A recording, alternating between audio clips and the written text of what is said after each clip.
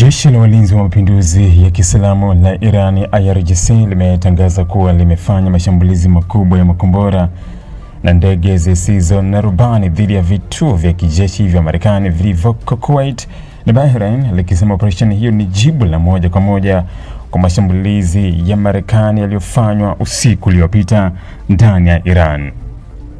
Katika taarifa iliyotolewa hii leo Jumatano, Julai 8 mwaka 2026 na shirika la utangazaji la taifa la Iran IRGC, imesema kuwa vikosi vyake vya anga na wanamaji viliratibu operesheni ya pamoja iliyohusisha kurusha makombora ya masafa mbalimbali pamoja na ndege zisizo na rubani dhidi ya kile alichokiita malengo muhimu ya kijeshi ya Marekani katika mataifa hayo mawili ya Ghuba.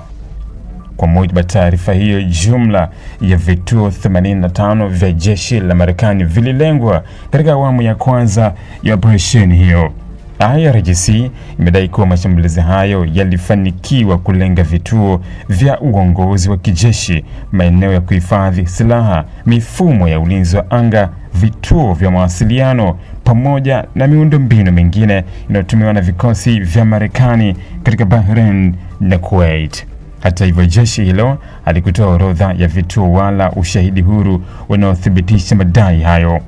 Mbali na mashambulizi hayo, IRGC imedai kuwa imefanikiwa kuidungua ndege ya Marekani isiyo na rubani aina MQ-9 Reaper, ikisema ndege hiyo ilikuwa ikifanya shughuli za upelelezi na ukusanyaji wa taarifa katika anga la eneo la Ghuba wakati wa operesheni hiyo ikiendelea. Kufikia sasa, Marekani haijathibitisha wala kukanusha madai hayo. Iran imesema operesheni hiyo ni sehemu ya hatua zake za kujibu kile ilichokiita uchokozi wa Marekani dhidi ya mamlaka yake.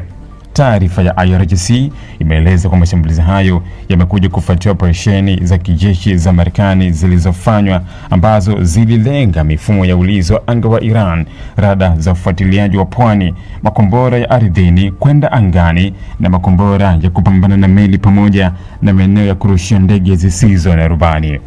IRGC imesema kuwa itaendelea kujibu mashambulizi yoyote dhidi ya Iran kwa nguvu kubwa zaidi, ikionya kuwa vituo vyote vya kijeshi vya Marekani vilivyopo Mashariki ya Kati vinaweza kuwa malengo halali endapo mashambulizi dhidi ya Iran yataendelea. Aidha, jeshi hilo limesema uwezo wa kijeshi unaruhusu kufanya mashambulizi ya umbali mrefu wakati wowote pale litakapoona usalama wa taifa hilo uko hatarini.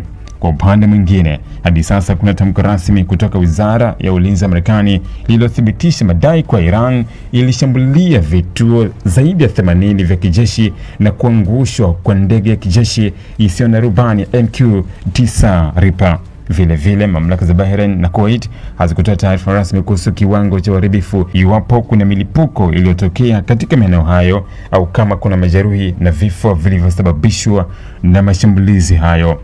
Mashambulizi hayo yanaashiria kuongezeka kwa kasi ya mvutano kati ya Iran na Marekani, huku eneo la Ghuba likiwa na idadi kubwa ya wanajeshi wa Marekani pamoja na miundombinu muhimu ya kijeshi inayotumika kuendesha operesheni mbalimbali za kijeshi katika maeneo ya Mashariki ya Kati. Bahrain ni makao makuu ya kikosi cha 5 cha jeshi la wanamaji la Marekani, huku Kuwait ikiwa ni moja ya vituo vikubwa na muhimu vya usafirishaji wa vifaa na wanajeshi wa Marekani katika eneo hilo. Wachambuzi wa masuala ya usalama wanaonya kuwa endapo mashambulizi ya kulipizana kisasi yataendelea, kuna hatari ya mzozo huo kupanuka na kuhusisha mataifa mengine ya Ghuba pamoja na washirika wa pande zote mbili. Hali hiyo inaweza pia kuathiri usafirishaji wa mafuta kupitia Ghuba ya Uajemi, kuongezeka kwa bei ya nishati duniani na kuzua athari kubwa kwa uchumi wa kimataifa.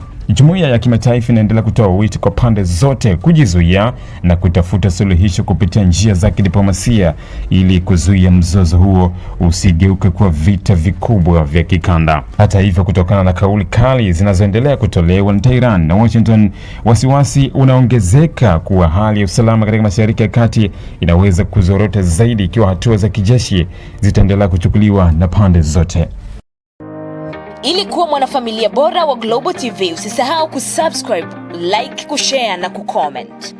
Baada ya kusubscribe, bonyeza alama ya kengele ili kupata taarifa kwa kila video inayopanda Global TV Online.